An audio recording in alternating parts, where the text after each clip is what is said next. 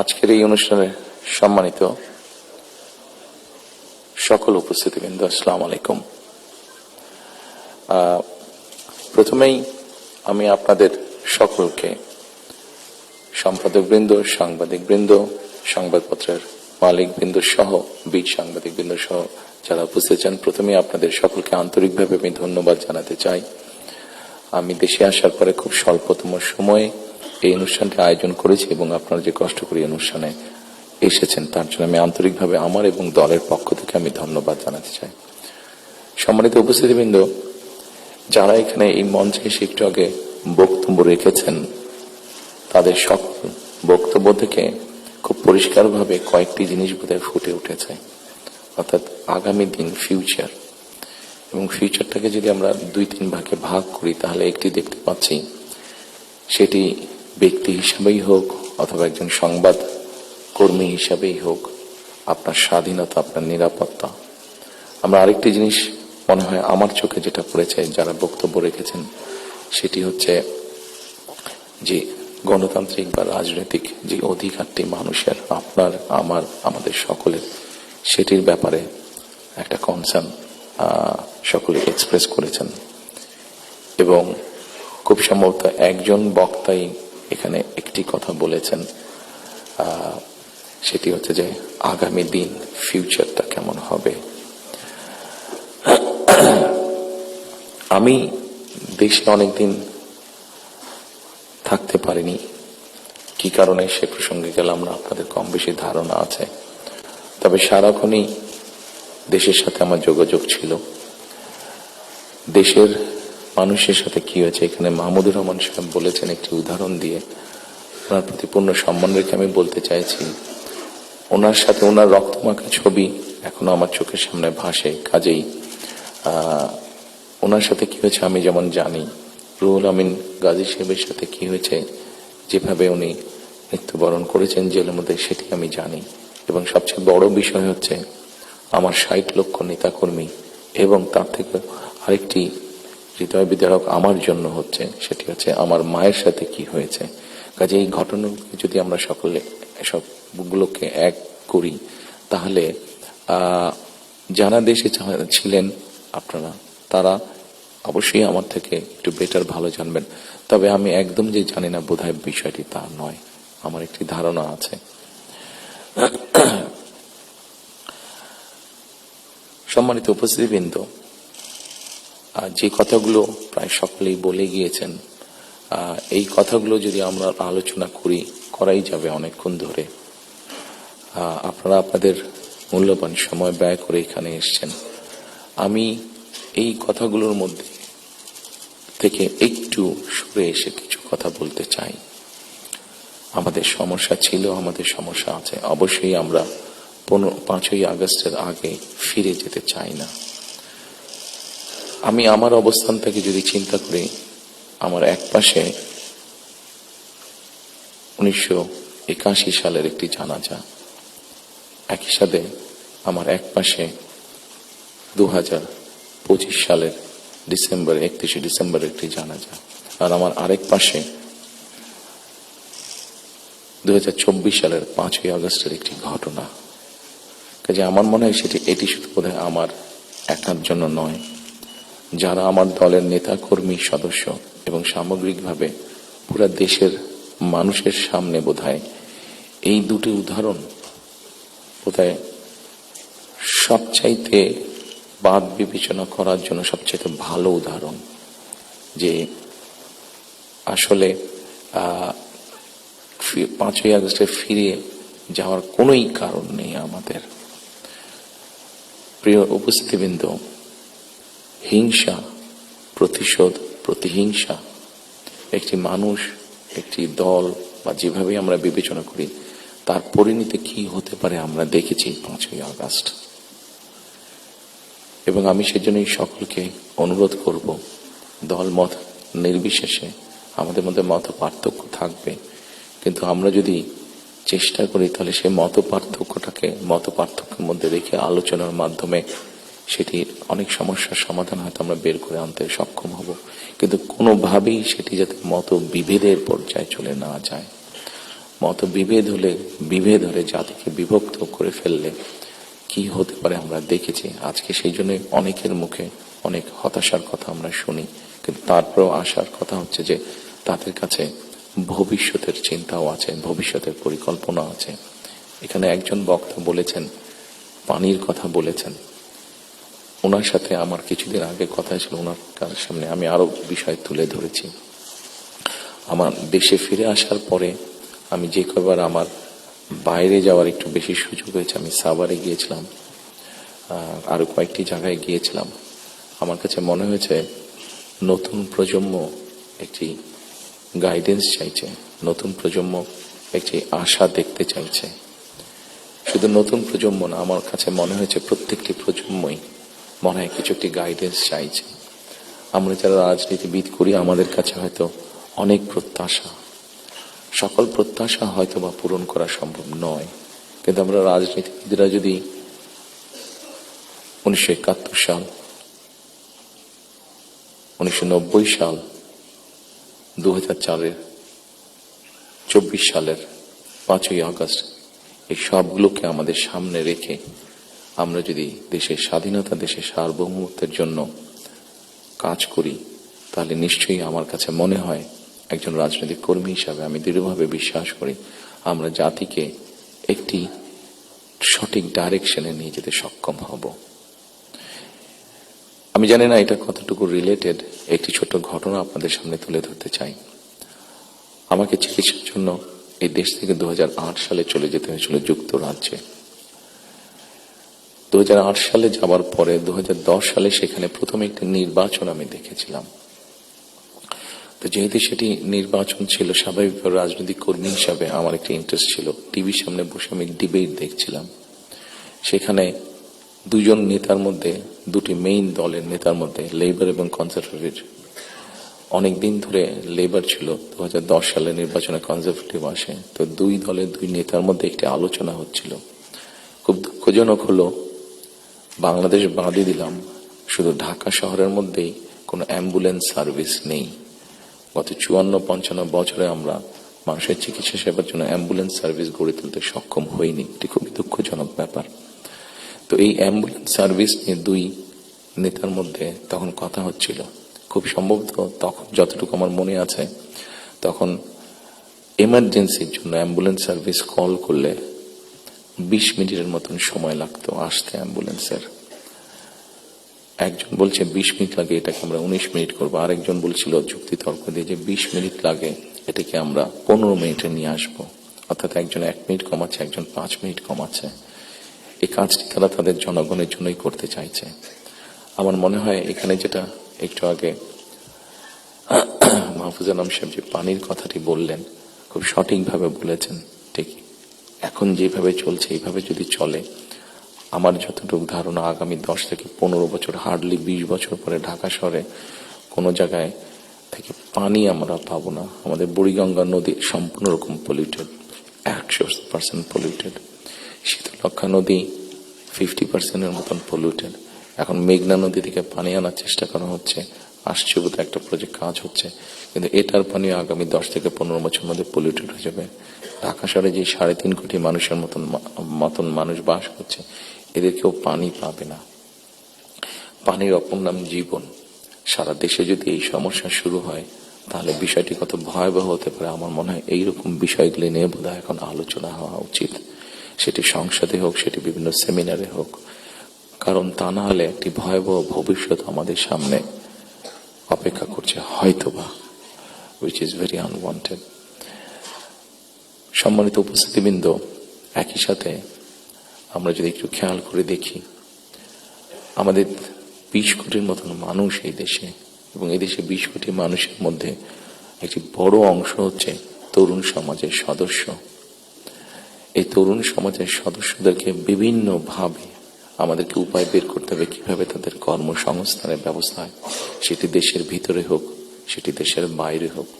আমরা যদি এটি সক্ষম না হই এই কাজটি করতে, তাহলে আমরা 5ই আগস্ট বলি, 90-এর আন্দোলন বলি, 1971 সালের স্বাধীনতা যুদ্ধ বলি, আমাদের মনে হয় খুব সম্ভবত প্রত্যেকটি প্রত্যাশা ধ্বংস হয়ে যাবে। এখানে একজন সংবাদকর্মী, নারী সংবাদকর্মী, নারীর নিরাপত্তা বা নিরাপত্তা নিয়ে কথা বলেছেন উনি। আমরা মনে করি নিরাপত্তা শুধু নারীর না, নারী পুরুষ উভয়ের ক্ষেত্রে হওয়া উচিত। ছোট যদি একটি এক্সাম্পল দিই, খুব সম্ভবত বাংলাদেশে বছরে 7,000-এর মতন মানুষ, খুব সম্ভব গত বছর 7,000-এর মতন মানুষ রোড অ্যাক্সিডেন্টে মারা গিয়েছে। আমার কাছে বিষয়টি খুব অস্বাভাবিক লাগে। আমার ধারণা আপনারা যদি একটু চিন্তা করেন, আপনাদের প্রত্যেকের কাছে বিষয়টি অস্বাভাবিক লাগবে, কিন্তু ঘটনাটি ঘটছে, কোনো বছর বেশি, কোনো বছর কম। এই অস্বাভাবিক ঘটনাটি কেন ঘটবে? একজন মানুষ রোড অ্যাক্সিডেন্টে অধিকাংশ ক্ষেত্রে যারা মারা যাচ্ছে, আমরা যদি তাদের সামাজিক স্ট্যাটাসটা দেখি, খুব যে অবস্থাপন্ন লোক, যারা আর্থিকভাবে সচ্ছল, তারা যে মারা যাচ্ছেন তা না, কিন্তু যেই মানুষগুলো মারা যাচ্ছে সেই মানুষরা হয়তো তাদের ফ্যামিলির অনলি আর্নিং সোর্স। মারা যাওয়ার পরে সেই ফ্যামিলিটির কি হচ্ছে, অথবা লোকটি যদি পঙ্গু হয়ে যায়, মানুষটি যদি পঙ্গু হয়ে যায়, তাহলে তার ফ্যামিলির উপরে কি হচ্ছে, এই বিষয়টি বোধহয় আমাদেরকে নজরে আনা উচিত। এরকম অনেকগুলো বিষয় আছে, যে বিষয়গুলো আমার মনে হয় রাজনৈতিক দলগুলোর মধ্যে চিন্তা ভাবনা হওয়া উচিত। এখানে শাইখ সিরাজ সাহেব বসে আছেন, ওনার একটি বিখ্যাত প্রোগ্রাম আছে কৃষি সংক্রান্ত। আমাদের দেশে কৃষকদের কি অবস্থা এখন, সেই বিষয়টি বোধহয় আমাদেরকে বিবেচনা করা উচিত। উনি ভালো বলতে পারবেন, আমার যতটুকু ধারণা আছে যে মানে সরাসরি জমিতে কৃষিকাজের সাথে জড়িত জমির মালিক এরকম কৃষকের সংখ্যা প্রবাবলি 1.5 কোটির মতন সারা বাংলাদেশে, 1,50,00,000-এর মতন। এর মধ্যেও ডিফারেন্ট ক্যাটাগরির কৃষক আছে। এই কৃষকদের বিভিন্ন অসহায়ত্বের নিউজ আপনাদের সংবাদপত্রে প্রকাশ হয়, বিভিন্ন সময় আপনাদের খবরেই প্রকাশিত হয়েছে, বিভিন্ন সময় সেটি ইলেকট্রনিক মিডিয়া হোক, সেটি মেইন মিডিয়া, প্রিন্টেড মিডিয়াতেই হোক, প্রকাশিত হয়েছে। এদের ব্যাপারে আমি আমার বিগত সরকারের কথা বলবো, আমার দলের বিগত সরকারের কথা বলবো। সেই সরকার বিভিন্ন সময় বিভিন্ন পদক্ষেপ গ্রহণ করেছে। এত বিশাল সংখ্যক মানুষ, যারা 20 কোটি মানুষের খাওয়া পড়ার ব্যবস্থা করছে, খাওয়ার অন্নের সংস্থান করছে, সেই এত বড় সমাজটাকে কিভাবে সাপোর্ট দেওয়া যায়, তাদের হয়তো সেভাবে বলার সুযোগ নেই। এখানে আপনারা সংবাদপত্রের যারা কর্মী আছেন, আপনারা আপনাদের কিছু সমস্যার কথা বলেছেন। আপনাদের সমস্যাটা আমাদের জন্য শুনতে জানতে সহজ হয়, বিকজ আমাদের জন্য একটা ভেন্যু আছে যেখানে আমরা আলাপ করতে পারি। কিন্তু ওই কৃষকগুলো যাদের কোনো ভেন্যু নেই, যারা এরকম একটা প্রোগ্রাম অর্গানাইজ করতে পারছে না, তারা কিভাবে বলবে কথাগুলো? কাজে তাদের কথাটাও তো আমাদেরকে জানতে হবে। কাজে এই বিষয়গুলি, সম্মানিত উপস্থিতিবৃন্দ, আমার মনে হয় এই সকল এরকম আরো অনেকগুলো বিষয় আছে। আমরা নারীর স্বাধীনতার কথা বলছি। বেগম রোকেয়া নারীর শিক্ষার জন্য আন্দোলন করেছিলেন। মরহুমা বেগম খালেদা জিয়া নারীদের শিক্ষার ব্যাপারটা নিশ্চিত করেছিলেন। পরবর্তীতে আগামী নির্বাচনে ইনশাল্লাহ জনগণের ম্যান্ডেট নিয়ে আমরা সরকার গঠনে সক্ষম হলে আমাদের একটি পরিকল্পনা রয়েছে, এই যে নারীরা শিক্ষিত হয়েছে এদেরকে অর্থনৈতিকভাবে স্বাবলম্বী করে গড়ে তোলা। একটু আগে আমি যে ফ্যামিলি কার্ডটা বলেছিলাম, সেটির লক্ষ্য বা উদ্দেশ্য হচ্ছে সেটাই, এই নারী সমাজকে গড়ে তোলা। আমাদের হিসাব মতে বাংলাদেশে 4 কোটি ফ্যামিলি আছে। আমরা যদি পরিবার হিসাবে ভাগ করি, এবারে যে একটি পরিবারে 5 জন করে সদস্য ধরা হয়েছে। আমরা এই ফ্যামিলি কার্ডটি আপনাদের সামনে একটু তুলে ধরতে চাইছি, আমাদের পরিকল্পনাগুলো। কারণ এখানে একজন সাংবাদিক উল্লেখ করেছেন যে 25 তারিখে যখন আমি এসেছি, আমি একটি কথা বলেছিলাম মার্টিন লুথার কিং এর মতন, আই হ্যাভ এ ড্রিম, যেমন বলেছিল 62 বছর আগে মার্টিন লুথার কিং। আমি বলেছিলাম আই হ্যাভ এ প্ল্যান। সেই প্ল্যানের মধ্যে একটি অংশ হচ্ছে বাংলাদেশের যে হাফ পপুলেশন নারী, তাদেরকে ঘিরে, এবং সেটি হচ্ছে ফ্যামিলি কার্ড। ফ্যামিলি কার্ডের মাধ্যমে ইটস নট যে একটা ফ্যামিলি কার্ড যে নারী পাবে সেটি সে সারা জীবন পাবে। একজন গৃহিণী বা একজন হাউস ওয়াইফ যে পাবেন কার্ডটা সারা জীবনের জন্য না, আমরা 5 থেকে 7 বছর দেব। এই 5 থেকে 7 বছর তাকে আমরা একটা সাপোর্ট দেওয়ার চেষ্টা করব। সেটা টাকার হিসাবে হতে পারে, অথবা এসেনশিয়াল ফুড আইটেমের হিসাবে হতে পারে। কারণ আমরা দেখেছি যে একজন নারী বা একজন স্ত্রীকে বা একজন গৃহিণীকে যদি একটি সাপোর্ট দেওয়া হয়, সেটি সে তার ফ্যামিলির জন্য সঠিকভাবে খরচ করে দেন একজন পুরুষ। এবং আমরা রিসার্চে দেখেছি যে যদি 5 থেকে 7 বছর দেওয়া যায় তাহলে সে যেই অর্থটা তার হাতে জমা হয় সে মূলত 3টি কাজে খরচ করে। প্রথমত তার ফ্যামিলির স্বাস্থ্যের পেছনে, দ্বিতীয়ত তার ফ্যামিলির ছেলে মেয়েদের শিক্ষার পিছনে, তৃতীয়ত সে যে অর্থটা জমা করতে পারে সেটি সে ছোট ছোট ভাবে ইনভেস্ট করে। খুব স্বাভাবিকভাবে এইভাবে যখন সে ইনভেস্ট করা ধরবে, স্বাভাবিকভাবে তার গ্রামের লোকাল ইকোনমিটা স্ট্রেংথেন হবে, তার উপজেলার ইকোনমিটা স্ট্রেংথেন হবে, তার জেলার ইকোনমিটা স্ট্রেংথেন হবে, তার পরিবারটা শিক্ষিত এবং তার পরিবারটা যদি হেলদি হয়, এইভাবে পুরো গ্রামটা হবে, এভাবে পুরো উপজেলাটা হবে, এইভাবে পুরো জেলাটা, বিভাগ, একসময় গিয়ে দেশটা হবে। 4 কোটি ফ্যামিলির মধ্যে আপনারা বলতে পারেন একবারে কি দেওয়া সম্ভব কিনা? না, 4 কোটি ফ্যামিলির মধ্যে একবারে দেওয়া সম্ভব না। গ্র্যাজুয়ালি আমরা যাব, যারা প্রান্তিক, যারা যাদের যাদের নিডফুল, আন্ডার প্রিভিলেজ, তাদেরকে দিয়ে আমরা শুরু করব। এই কার্ডটি আমরা, আপনারা জিজ্ঞেস করতে পারেন হয়তো কার্ডটি কাদেরকে দেবেন। আমরা কার্ডটি জেনারেল রেখেছি, ইউনিভার্সাল রেখেছি, কারণ আমরা অতীতে দেখি যে বিভিন্ন সময় বিভিন্ন সোশ্যাল সেফটি নেটওয়ার্কের আওতায় যাদেরকে নিয়ে আসা হয়, বিভিন্ন ক্যাটাগরি করা হয় এবং সেখানে কারাপশন দেখা দেয়। সেই জন্য আমরা এটি জেনারেল রেখেছি। এটি একজন গ্রামের কৃষকের স্ত্রী যেমন পাবে, ইমাম সাহেবের স্ত্রী যেমন পাবে, প্রাইমারি স্কুলের শিক্ষকের স্ত্রী যেমন পাবেন, ঠিক একইভাবে ডিসি সাহেবের স্ত্রীও পাবেন, এসপি সাহেবের স্ত্রীও পাবেন। তবে আমরা দৃঢ়ভাবে বিশ্বাস করি ডিসি সাহেবের স্ত্রী বা এসপি সাহেবের স্ত্রী নিশ্চয়ই ওনারা নেবেন না, কারণ ওনাদের ওটি প্রয়োজন হবে না। কারাপশনটাকে যাতে মানে একটা স্প্রেড না করে, কারাপশনটা যাতে স্বাভাবিক একটা পর্যায়ে থাকে, কিছু তো অ্যানোমালিজ হতে পারে, সেটি আমরা গ্র্যাজুয়ালি ঠিক করব।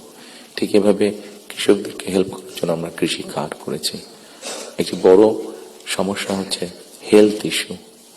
বাংলাদেশে 20 কোটি মানুষ, আমরা স্লোগান দিয়ে হয়তো বলতে পারি যে সকলের জন্য স্বাস্থ্যর ব্যবস্থা করব, আমরা সকলকে স্বাস্থ্য সুবিধা আমরা দিব। এখানে আপনারা অনেকেই আছেন যারা আপনারা ইউকেতে গিয়েছেন, যেহেতু আমি ইউকেতে অনেকদিন ছিলাম, স্বাভাবিকভাবে আমি তাদের বিষয়টি আমার নজরে বেশি পড়েছে। তাদের ওখানে বৈধভাবে যে কোনো মানুষ থাকে তাকে তারা পূর্ণ হেলথ সার্ভিস দেয়, সেটা যে কোনো ধরনের, সেটা বাইপাস হোক, কার্ডিয়াক হোক, ক্যান্সার হোক, সব রকম চিকিৎসা তারা দেয়। এখন আমরা কিন্তু এখন দেখা যাচ্ছে যে এই কাজটা করতে গিয়ে ইউকের মতন দেশগুলো, ইউরোপের যে ডেভেলপ দেশগুলো আছে, তারাও হিমশিম খাচ্ছে। তারা এখন যেটা চাচ্ছে সেটা হচ্ছে প্রিভেনশন। তারা হিসাব নিকাশ করেছে যে একজন মানুষ অসুস্থ হলে তাকে যদি হাসপাতালে নিয়ে আসা হয়, তাকে যদি ওষুধ দেওয়া হয়, ডাক্তার, নার্স, হসপিটালে বেড, সবকিছু, তাতে খরচ অনেক বেশি হয়। কিন্তু যদি প্রিভেনশন করা হয়, মানুষকে যদি সচেতন করা হয় যে এই খাবারগুলো খেও না, তাহলে তুমি কিডনি প্রবলেম হবে না, এই খাবারগুলো খেও না তাহলে তোমার হার্ট প্রবলেম হবে না, এই খাবারগুলো খেও না তাহলে তোমার ডায়াবেটিক হবে না। মানুষকে যদি এভাবে সচেতন করা যায় তাহলে দেখা গেছে তাতে রাষ্ট্রের খরচ অনেক কমে আসে, মানুষের সুস্থ থাকে। এবং এটার বেস করে, যেহেতু ইউরোপে এই কাজটা চলছে, এটার উপরে বেস করে আমরা হেলথ কেয়ারার অ্যাপয়েন্ট করতে চাই। এবং এই হেলথ কেয়ারের অ্যাপয়েন্টের আরেকটি মূল লক্ষ্য উদ্দেশ্য হচ্ছে এরা যেরকম বেসিক ট্রেনিং পাওয়ার পরে গিয়ে মানুষকে সচেতন করবে, অ্যাট দ্য সেম টাইম সম্মানিত উপস্থিতিবৃন্দ, আরেকটি বিষয় বোধহয় আমাদের নজরে খুব আনা প্রয়োজন। একটি বিষয়, খুব ভয়াবহ পরিস্থিতি, মাহফুজ আলম সাহেব যেরকম পানির কথা বলেছেন, সেরকম আরেকটি ভয়াবহ পরিস্থিতি হচ্ছে যে আমাদের জনসংখ্যা যেভাবে বাড়ছে, আমরা যে সৌদি আরব বা কুয়েতের সবগুলো তেল খনিও এখানে নিয়ে আসি, তাহলে হয়তো আমরা এই এত রিসোর্স দিয়ে আমরা এত মানুষকে সমস্যার সমাধান করতে পারবো না। সেই জন্য আমাদেরকে অবশ্যই পপুলেশন কন্ট্রোলে যেতে হবে, আমাদের দেশের জনসংখ্যাকে সীমাবদ্ধতার মধ্যে আনতে হবে। এবং সেই জন্য এই হেলথ কেয়ার যে নিয়োগ হবে, এই হেলথ কেয়ারের শতকরা 80 থেকে 85% আমরা 1 লক্ষের মতন আমাদের টার্গেট নিয়োগ করা।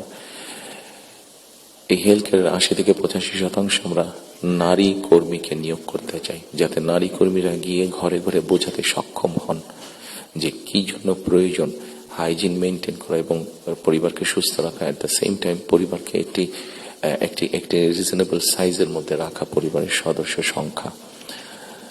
ঠিক একইভাবে কৃষকের কথা আপনাদের সামনে বলেছি, যেই বিষয়টি আমি আপনাদের সামনে একটু আগে উল্লেখ করেছিলাম সম্মানিত উপস্থিতিবৃন্দ, সেটি হচ্ছে যে বিরাট এক তরুণ সমাজের সদস্য আমাদের আছেন। এই তরুণ সমাজের সদস্যদেরকে, সেটি গ্রামে হোক সেটি শহরে হোক, বিভিন্ন জনের বিভিন্ন কোয়ালিফিকেশন বা শিক্ষা ব্যাকগ্রাউন্ড আছে, সেটার উপরে বেস করে আমরা ভোকেশনাল টেকনোলজিক্যাল ইনস্টিটিউশনকে আমরা মডার্নাইজ করতে চাই। আমাদের ভোকেশনাল এবং টেকনোলজিক্যাল ইনস্টিটিউশন যেগুলো আছে সেগুলোর মধ্যে প্রায় 200-250 মতন সাবজেক্ট আছে যেগুলোর এত প্রয়োজন নেই আমাদের। আমরা এর মধ্যে কিছু কাজ করেছি, প্রাইমারি কাজ করেছি, যে নর্মালি যেসব দেশে আমাদের মানুষ যেতে পারবে বা পারে, যেমন তার একটা বড় অংশ হচ্ছে মিডল ইস্ট, সেখানে কি কি কাজের স্কোপ আছে আগামী 5 থেকে 10 বছর। একটি বড় মার্কেট হচ্ছে মানুষ যাবার জন্য, দেশ থেকে স্কিল শ্রমিক যাওয়ার মতন একটি বড় মার্কেট আস্তে আস্তে তৈরি হচ্ছে জাপানে, আস্তে আস্তে তৈরি হচ্ছে ইউরোপে, ইভেন চায়নাতেও তৈরি হচ্ছে। আমরা মোটামুটি ভাবে একটি অ্যানালাইসিস করে দেখেছি কি কি ধরনের মানুষ এখানে যেতে পারে, সেটার উপরে বেস করে আমরা আমাদের ভোকেশনাল ইনস্টিটিউটগুলোকে আমরা সেইভাবে মডার্নাইজ করতে চাইছি। আপনারা নিশ্চয়ই খেয়াল করেছেন, যেহেতু আপনারা সংবাদ কর্মী, আপনারা নিশ্চয়ই খেয়াল করেছেন গত কয়েকদিনে আমার সাথে বেশ কিছু বিদেশি ডিপ্লোমেট দেখা করেছেন। ওনাদের মধ্যে যে সকল দেশগুলো এই ভোকেশনাল এবং টেকনিক্যাল ইনস্টিটিউশনে ওনারা অনেক ডেভেলপ, তাদেরকে আমরা বলেছি যে আপনাদেরকে এই সাহায্যগুলো সহযোগিতা করতে হবে। ওনারা খুশি মনে আমাদেরকে বলেছেন যে ওনারা এই ব্যাপারে সহযোগিতা করবেন। আমরা যদি আমাদের ছেলেদেরকে, এই মুহূর্তে 8 থেকে 10 লক্ষ মানুষ প্রতি বছর বিদেশে যাচ্ছে, তার মধ্যে প্রায় 6.5-7 লক্ষ মানুষ মধ্যপ্রাচ্যে যাচ্ছে, কিন্তু আপনারা যদি খেয়াল করে দেখেন যে তারা যে যাচ্ছেন মধ্যপ্রাচ্যে, তারা কিন্তু আনস্কিল্ড হিসেবে যাচ্ছেন। তাদেরকে যদি আমরা কিছুটা ভাষা শিখিয়ে দিতে পারি এবং সেখানে যেই কাজগুলোতে তারা যাচ্ছেন সেগুলোর ব্যাপারে মিনিমাম ট্রেনিং দিয়ে দিতে পারি, তাহলে কিন্তু গিয়ে তারা ওখানে বেটার করতে সক্ষম হবেন। ঠিক এইভাবে যদি আমরা রিসার্চ করে যদি মার্কেটগুলোকে বের করতে পারি, তাহলে দেশের বাইরে আমরা বহু সংখ্যক অ্যাকাউন্ট, যে 8 থেকে 10 লাখ, অ্যাবাউট 1 মিলিয়ন মানুষ বিদেশে যাচ্ছে, এটাকে খুব সহজে 2 থেকে 3 বছরের মধ্যে পসিবলি 1.5 to 2 মিলিয়ন করা যাবে। 15 থেকে 20 লক্ষ মানুষ করা যাবে। এবং 15 থেকে 20 লক্ষ মানুষ শুধু যাচ্ছেন না, তাদেরকে যদি ট্রেনিং এবং ল্যাঙ্গুয়েজ দিয়ে আমরা পাঠাতে পারি, তাহলে ভ্যালু অ্যাড হবে। এখন যদি কেউ $100 আর্ন করে মাসে, ইজিলি সেটা $300 নিয়ে আসতে পারবো। তাহলে বৈদেশিক মুদ্রার একটা বিশাল অংশ আমরা আনতে পারবো, যেটা দিয়ে আমরা কাজ করতে পারবো। আপনারা যেরকম বিভিন্ন বিষয়ে উল্লেখ করেছেন, বিভিন্ন দাবি দেওয়ার, সেই জিনিসগুলো আমরা পূরণ করতে পারবো। আমরা একটি জিনিস বিবেচনা করছি এই মুহূর্তে, এখন যদি আমরা দেখি আমাদের বৈদেশিক মুদ্রা উপার্জনের রাস্তা মূলত দুটি, একটি হচ্ছে গার্মেন্টস এবং একটি হচ্ছে আমাদের রিমিটেন্স, যেটা প্রবাসীরা পাঠিয়ে থাকেন কষ্ট করে। এইটির সংখ্যাকে আমরা বাড়াতে চাচ্ছি। আমরা একটি চিন্তা ভাবনা করেছি, এর মধ্যে নিজেদের মধ্যে আমরা আলাপ করেছি যে কোনো উদ্যোক্তা যদি একটি ইন্ডাস্ট্রি বা ফ্যাক্টরি সেট করেন, যেটির শতকরা 100 ভাগ পণ্য বিদেশে রফতানি হবে। যেমন কেউ যদি বলেন যে আমি এই কলমটি তৈরি করবো, কিন্তু এটা not for local market, absolutely for export market, তাহলে আমরা তাদেরকে বন্ডেড ফ্যাসিলিটি দেওয়ার কথা চিন্তা করছি। আমরা যদি বন্ডেড ফ্যাসিলিটিটা তাদেরকে দিতে পারি, আমাদের হিসাব বলে, আমাদের রিসার্চ বলে, তাতে এক্সপোর্টের সংখ্যা যেরকম বৃদ্ধি পাবে, তাতে উদ্যোক্তারাও খুশি হবে। এবং উদ্যোক্তারা যখন এখানে কোনো মিল কারখানা তৈরি করবেন, সেক্ষেত্রে আমরা আমাদের বহু বেকারের কর্মসংস্থান তৈরি করতে পারবো। কাজেই সম্মানিত উপস্থিতির মধ্যে আমি যদি এইভাবে আপনাদের সাথে আলোচনা করি, অনেক সময় লাগবে, সময় কম, আপনার প্রত্যেকে ব্যস্ত মানুষ, প্রত্যেকে আপনাদের সময়ের মূল্য আছে। আমি আমার কিছু চিন্তা ভাবনাগুলো আপনাদের সামনে শেয়ার করলাম। আপনাদের এখানে কয়েকটি কথা খুব সম্ভবত উঠে এসেছে, যতটুকু আমার মনে পড়ছে। এখানে নয়া দিগন্ত সম্পাদক সাহেব একটু আগে বলেছেন যে আমার প্ল্যানটা পরিষ্কার না। আমার মনে হয় পরিষ্কার না হলেও কিছুটা হয়তো আমি পরিষ্কার করতে সক্ষম হয়েছি। আরো কিছু প্ল্যান আছে আমাদের, যেমন কর্মসংস্থানের ক্ষেত্রে আরেকটি প্ল্যানের কথা আপনাদেরকে উল্লেখ করি। যেমন আইটি সেক্টরে আমাদের অনেক ইয়াং ছেলে মেয়ে আছে যারা আইটি সেক্টরে কাজ করছেন। আমরা স্বৈরাচারের সময় দেখেছি বাংলাদেশের বিভিন্ন জায়গায় আইটি পার্কের নামে কতগুলা বড় বড় বিল্ডিং তৈরি করা হয়েছে, কিন্তু এখনই আমি কিছু পত্রিকার পাতায় নিউজ দেখেছি, গত 2-1 বছর আগেও নিউজ দেখেছি, 2-3 বছর আগে নিউজ দেখেছি, যে পার্কগুলো অনেক ক্ষেত্রে দেখা যাচ্ছে যে অসামাজিক কাজ হচ্ছে, অথবা সেখানে কমিউনিটি সেন্টার হচ্ছে, অর্থাৎ আইটি পার্ক বলতে যাবো যে তার বিন্দু কোনো কিছুই সেখানে নেই। প্রিয় সম্মানিত উপস্থিতিবৃন্দ, আমরা এই আইটি পার্কগুলোকে একটু ডিফারেন্ট ভাবে নিয়ে আসতে চাইছি।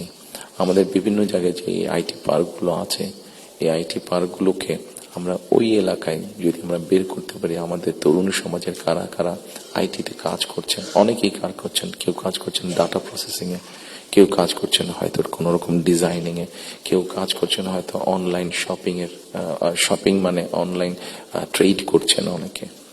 আমাদের একটা চিন্তা ভাবনা আছে যে এই মানুষগুলোকে একত্রিত করে আমরা ওই আইটি পার্কগুলোকে ফ্রি ওয়াইফাই দেবো এবং তাদেরকে ছোট ছোট স্পেস করে তাদেরকে অফিস করে দেবো।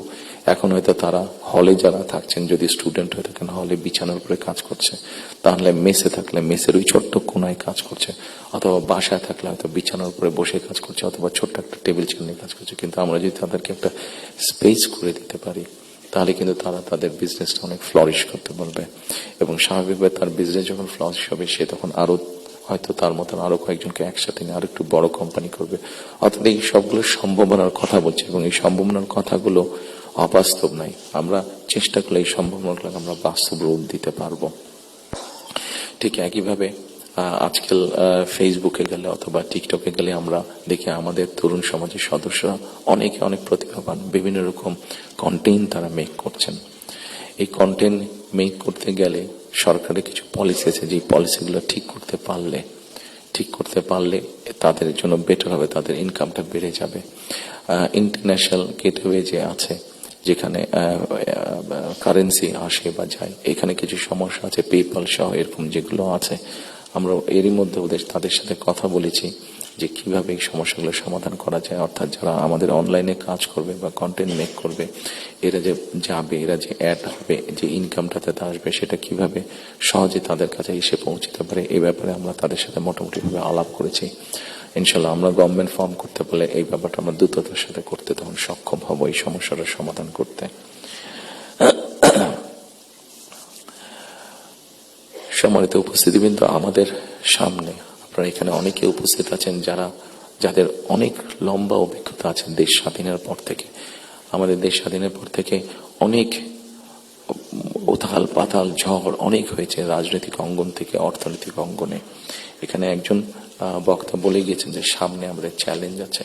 একজন রাজনৈতিক কর্মী হিসাবে আমার কাছে মনে হয় সামনে আমাদের অনেক কঠিন চ্যালেঞ্জ আছে, আমাদের মধ্যে বিভিন্ন রকম মত পার্থক্য আছে। একজন রাজনৈতিক কর্মী হিসাবে আজকে আপনাদের কাছে এবং আপনাদের মাধ্যমে সকল রাজনৈতিক দলের সদস্যদের কাছে, সামগ্রিকভাবে সমাজের সকল মানুষের কাছে আমি একটি বিনীত আহ্বান রাখতে চাই যে আমাদের বিভিন্ন মত পার্থক্যগুলো নিয়ে যাতে আমরা আলোচনা করতে পারি, আলাপ করতে পারি। আমাদেরকে যে কোনো মূল্যে ডেমোক্রেটিক প্রসেস, যেটা আমরা 12 তারিখ থেকে ইনশাল্লাহ শুরু করতে যাচ্ছি। এখানে এনটিভির আমাদের ওনার নামটা আমি জহিরুল আলম সাহেব অনেক আগে আমার একটা ইন্টারভিউ নিয়েছিলেন। আমি ওনাকে খুব সম্ভবত ওনাকে বলেছিলাম, অথবা মতি ভাই এখানে উপস্থিত আছেন, মানব জীবনের মতি ভাই, খুব সম্ভব ওনার ইন্টারভিউতে আমি বলেছিলাম যে আমাদেরকে যে কোনো মূল্যে হোক ডেমোক্রেটিক প্রসেসটা চালু রাখতে হবে, আমাদের জবাবদিহিতাটা চালু রাখতে হবে যে কোনো মূল্যে। সেটি জাতীয় পর্যায়ে হোক, সেটি লোকাল পর্যায়ে হোক, অর্থাৎ ইউনিয়ন পরিষদ নির্বাচন, পৌরসভার নির্বাচন, লোকাল পর্যায়ে হোক, সেটা কোনো ট্রেড বডির ইলেকশন হোক। আমার ব্যক্তি যেটা বিশ্বাস, আমরা যে কোনো মূল্যে যদি এই যে জবাবদিহিতাটা, গণতান্ত্রিক প্রসেসটা যদি আমরা কন্টিনিউ করতে পারি, অনেক বেগ হয়তো আসবে, অনেক কঠিন হবে, কিন্তু একটা সার্টেন টাইম পর পর আমরা যদি গণতান্ত্রিক প্রসেসটাকে কন্টিনিউ করে যেতে পারি, তাহলে নিশ্চয়ই আমরা অবস্থার পরিবর্তন ঘটাতে সক্ষম হব। এবং আরেকটি কথা, কাউকে আঘাত না করিয়ে আমি বলতে চাইছি, কোন রাজনৈতিক দলের নেতা সদস্য কাউকে আমি আঘাত করতে চাইছি না। আমি আমার চিন্তাটা শুধু ওনাদের সামনে তুলে ধরতে চাইছি যে আসুন আমরা দেশের মানুষের শিক্ষা, দেশের মানুষের স্বাস্থ্য, দেশের নারীদের অধিকার, এম্পাওয়ারমেন্ট, কর্মসংস্থান, পরিবেশ, সবকিছু মিলিয়ে এই যে বিষয়গুলো, যেটি একটি সাধারণ মানুষের জন্য প্রযোজ্য, আমরা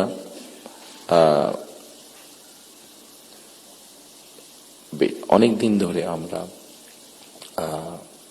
শব্দটা কি আমাদের রিফর্ম, শব্দটা মনে করতে পারি, সংস্কার, রিফর্ম, যে বিষয়গুলি নিয়ে আমরা আলোচনা করেছি, আপনারা যদি একটু খেয়াল করে দেখেন, এই রিফর্মের আমার কাছে মনে হয়েছে যে তিনটি পার্ট আছে, একটি হচ্ছে সাংবিধানিক পার্ট, একটি হচ্ছে আইনগত পার্ট, এবং আরেকটি হচ্ছে মানুষের প্রতিদিনের জীবনযাত্রা, নিরাপত্তা, তাদের সিকিউরিটি সবকিছু নিয়ে একটি পার্ট আছে। আমরা সাংবিধানিক বিষয় নিয়ে আলোচনা করেছি, আইনগত বিষয় নিয়ে আলোচনা করেছি। আমার মনে হয় মানুষের প্রতিদিনকার প্রত্যেকটি মানুষ, সকল সমাজের প্রত্যেকটি শ্রেণী পেশার মানুষ, তাদের প্রতিদিনকার যে চাওয়া পাওয়াগুলা, প্রয়োজনগুলো, সেটা নিয়ে বোধহয় আমরা আলাপ আলোচনা একটু কম করেছি। আমার কাছে মনে হয় সেই বিষয়গুলি নিয়ে বোধহয় আলোচনা করা উচিত। সেই বিষয়গুলি নিয়ে বোধহয় প্রত্যেকটি রাজনৈতিক দলের আলোচনা করা উচিত। আমরা শুধু রাজনৈতিক বিষয় নিয়ে সেমিনার করছি, সিম্পোজিয়াম করছি, আলোচনা করছি, তর্ক বিতর্ক করছি। অবশ্যই ওগুলো প্রয়োজন আছে, কিন্তু অ্যাট দ্য সেম টাইম আমরা যদি মানুষের প্রতিদিনকার তার চিকিৎসা ব্যবস্থা কি হবে, তার কর্মসংস্থান কি হবে, তার পরিবারের সন্তানদের শিক্ষা ব্যবস্থা কি হবে, তার রাস্তায় বের হলে নিরাপদে সে ফিরে আসতে পারবে কিনা, এইরকম বিষয় যেগুলো আছে, এই বিষয়গুলো নিয়েও বোধহয় আমাদের আলোচনা আরো একটু বেশি হওয়া উচিত। এই বিষয়গুলো নিয়ে বোধহয় আমাদের প্ল্যান প্রোগ্রাম আরো একটু বেশি হওয়া উচিত। এই পলিসিগুলো নিয়ে বোধহয় আমাদের চিন্তা ভাবনা আরো একটু বেশি হওয়া উচিত। সম্মানিত উপস্থিতিবৃন্দ, সামনে নির্বাচন। আমি একটি রাজনৈতিক দলের সদস্য। স্বাভাবিকভাবেই আমরা 22 তারিখ থেকে আমাদের সকল রকম পরিকল্পনা নিয়ে জনগণের সামনে যাব। আপনারা যারা আজকে কষ্ট করে আমাদের আমন্ত্রণে এখানে এসেছেন, আবারও আপনাদেরকে আমি আমার এবং আমার দলের পক্ষ থেকে আন্তরিক ধন্যবাদ জানাতে চাই। একই সাথে আমরা ইনশাল্লাহ দেশের মানুষের সমর্থন নিয়ে সরকার গঠনে সক্ষম হলে যাতে আপনাদের কাছ থেকে এমন ধরনের আলোচনা, সমালোচনা আমরা পাই যেটা আমাদেরকে সাহায্য করবে দেশকে সামনে এগিয়ে নিয়ে যেতে।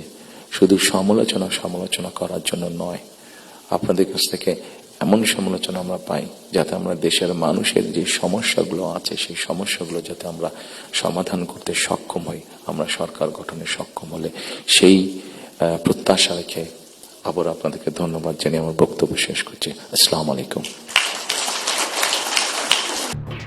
এলো খবরের কাগজ, নিখাত, নির্ভীক, নিরপেক্ষ।